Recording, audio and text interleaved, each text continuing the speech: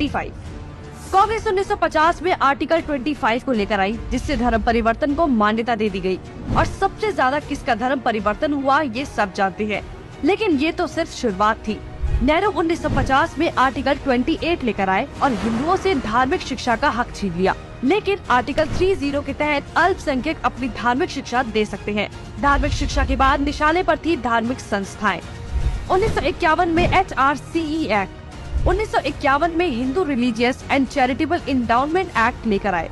उन्होंने कारण दिया कि बड़े मंदिरों का रखरखाव सही से हो सके, लेकिन इसकी आड़ में कब्जे कर लिए, जिसके तहत भारत में मौजूद बड़े बड़े मंदिरों का प्रबंध सरकार ने अपने हाथों में ले लिया और मनमाने ढंग से इनकी संपत्ति का दुरुपयोग किया। और ये सिर्फ हिंदुओं के मंदिर पर लागू था, बाकी धर्मों या धार्मिक स्थल पर लागू नहीं था। 1956 में हिंदू कोड बिल आया। 1956 में नेहरू सरकार हिंदू कोड बिल लेकर आई, लेकिन अल्पसंख्यकों के लिए इन्होंने पर्सनल लॉ बोर्ड को बिल्कुल हाथ नहीं लगाया। मतलब एक ही है, देश में एक जाति कद संविधान कानून से और दूसरी अपने धर्म के कानून के हिसाब से, और आज भी यूनिफॉर्म सिविल कोड से कतराते हैं। कांग्रेस ने लगाई आरक्षण की आग। कांग्रेस आरक्षण लेकर आई, जिससे हिंदुओं को बांटने का काम किया गया, जिससे सबसे बड़ा नुकसान हिंदुओं को हुआ। आरक्षण की देश में जरूरत थी, लेकिन मक्कार कांग्रेसी इस योजना को 10 साल लागू करने की बजाय इसे बढ़ाते चले गए और न ही इससे लोगों को सशक्त बना पाए, जबकि लोगों को इसकी लत लगा दी गई। इंदिरा का कार्यकाल। साल 1976 में इमरजेंसी के दौरान ही इंदिरा ने संविधान में सेक्युलर शब्द को जबरदस्ती घुसा दिया, जिसको लेकर संसद में कोई चर्चा तक नहीं हुई। मतलब कि हिंदू बहुसंख्यक होते हुए भी भारत हिंदू देश नहीं कहलाया जा सकता। जबकि आप हमारे आसपास देखेंगे तो सभी मजहबी देश हैं, लेकिन हिंदुओं के लिए कोई देश नहीं बचा। इसके बाद हिंदुओं के कानूनी अधिकार और इतिहास निशाने पर थे। 1991 में पूजा स्थल कानून।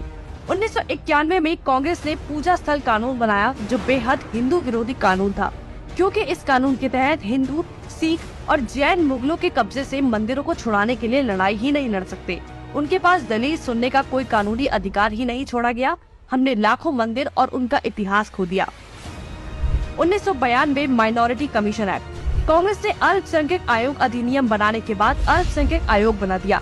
ऐसा करके कांग्रेस ने धर्म विशेष के लोगों को स्पेशल दर्जा तो दिया ही, हिंदुओं को बांट दिया, जिसके तहत सरकार की हर योजना का सबसे ज्यादा फायदा धर्म विशेष के लोगों को ही मिलता है, जिससे कांग्रेस ने सांप को भी मार दिया और लाठी को भी नहीं टूटने दिया। मतलब साफ है, हिंदुओं को भी बांट दिया और धर्म विशेष के लोगों को भी खुश कर दिया। जब देश सेकुलर बना दिया तो मेजॉरिटी और माइनॉरिटी की जरूरत ही क्या थी। 1995 में वक्फ बोर्ड कानून। 1995 में वक्फ बोर्ड कानून बनाकर कांग्रेस ने एक और महापाप किया। वक्फ बोर्ड को असीमित शक्ति दे दी गई। आज स्थिति ये है कि वक्फ बोर्ड किसी भी संपत्ति पर दावा कर दे तो कोर्ट से भी कोई मदद नहीं मिलेगी। रेलवे और रक्षा के बाद संपत्ति के मामले में वक्फ बोर्ड देश में तीसरे स्थान पर पहुंच गया है। अब सिर्फ एक आखिरी बार बचा था, वो बार था राम सेतु एफिडेविट। राम सेतु एफिडेविट बनाया। हिंदुओं ने फिर 2004 में कांग्रेस को चुन लिया, तो कांग्रेस ने इसका इनाम देते हुए राम सेतु एफिडेविट बनाया और भगवान श्री राम के अस्तित्व को ही नकार दिया और काल्पनिक बताया। आस्था और धर्म पर वार करने के बाद अब कांग्रेस ने हिंदुओं को ही बदनाम करने का प्लान बना लिया। 2009 में हिंदू आतंकवादी घोषित।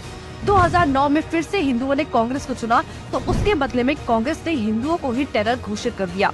कांग्रेस ने बहुत ही चालाकी से एक एक कर हिंदुओं के धर्म, अधिकारों और शिक्षा के अधिकार को छीन लिया, लेकिन हिंदू फिर भी कांग्रेस को नहीं समझ पाया। औरंगजेब ने हिंदुओं को खत्म करने के लिए तलवार का इस्तेमाल किया, तो कांग्रेस ने हिंदुओं को खत्म करने के लिए संविधान का इस्तेमाल किया। फिर भी कांग्रेस ही बोल रहे हैं कि लोकतंत्र खत्म हो रहा।